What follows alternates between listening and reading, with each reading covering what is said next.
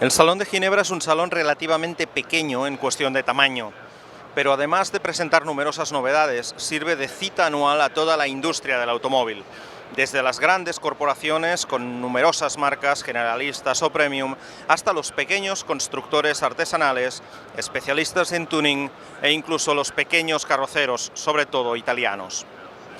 En este vídeo vamos a hacer un repaso a todo aquello que normalmente no se ve de un salón de este tipo. Los coches más curiosos, los más divertidos, los más especiales. Pero si teníamos que empezar este reportaje en algún sitio, era justo aquí. Detrás mío, el coche que más expectación ha levantado. La Ferrari. Este es el aspecto que ha presentado el stand de Ferrari del Salón de Ginebra desde su inauguración. Un montón de gente, una auténtica pared tapando a la Ferrari. El coche más espectacular, sin lugar a dudas, de la muestra. Os damos algunos datos rápidos. El sucesor del Enzo tiene un motor V12 colocado en posición central trasera de 6,3 litros que rinde solo 800 caballos. A ellos hay que sumar un sistema KERS parecido al que se utiliza en Fórmula 1 que aporta otros 163 caballos eléctricos. Las prestaciones, como os podéis imaginar, son de infarto, de 0 a 100 en menos de 3 segundos y de 0 a 200 en menos de 7 y de 0 a 300 también en solo 15 segundos. Estamos ante el Ferrari de serie más rápido jamás construido. ¿Os gusta? ¿Queréis uno? Lo vais a tener difícil. Este Ferrari cuesta 1 millón de euros, pero ese no es el problema. El problema es que solo se harán 499 y están todos vendidos. La organización del Salón de Ginebra concedió a Ferrari algunos privilegios poco habituales. Por ejemplo, organizar su rueda de prensa en la mejor hora, las 12 del mediodía, y sin ninguna otra competencia, porque aquí las ruedas de prensa van siempre de 2 en 2. Ante tamaña demostración de fuerza de su rival de siempre, ¿qué podía hacer Lamborghini para intentar eclipsar un poco a la Ferrari? Pues esto que estáis viendo, el veneno. En el fondo es un Aventador un pelín más potente y con una sofisticadísima carrocería que busca incidir sobre todo en el apartado aerodinámico. Parece un coche de Le Mans, con esa aleta trasera de tiburón, un alerón de proporciones espectaculares y un frontal tremendo. No es más potente que la Ferrari, pero sí es más caro y más exclusivo.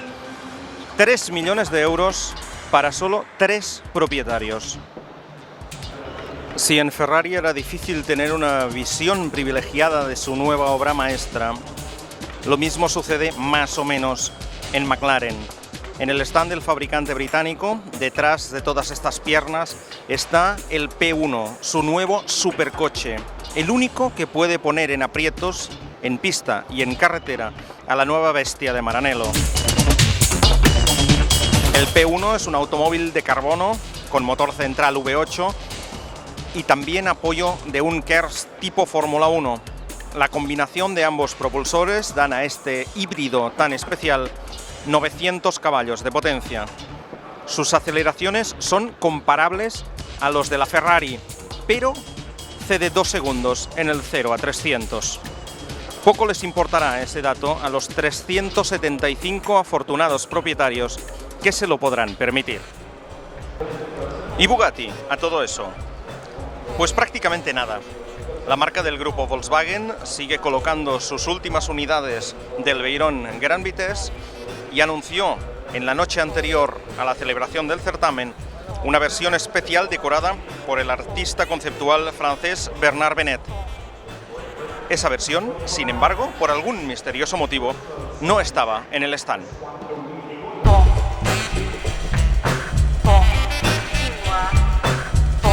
El que sí estaba, y muy bien acompañado, por cierto, de la actriz italiana Gina Lollobrigida, era Don Orazio Pagani, el creador de esta obra maestra.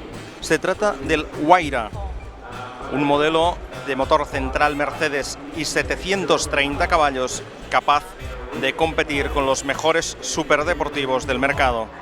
Este pequeño constructor artesanal apuesta por los chasis de carbono, la aerodinámica activa y una estética absolutamente arrebatadora. como el vestido de Gina. Cuando hablamos de superdeportivos, de auténticos superdeportivos, los récords de velocidad empiezan a ser bastante interesantes, sobre todo de cara a la promoción de los coches. Recientemente Pagani tuvo algún problemilla al respecto, puesto que su Huayra batió el récord de la pista del programa británico Top Gear, más que famoso en todo el mundo, aunque luego se descubrió que el coche llevaba neumáticos de competición, algo que el propio programa no concibe en su reglamento. Pero si hablamos de récords, nada mejor que los que ha conseguido este coche. Es el Koenigsegg Undra, una versión completamente de carbono del Agera R.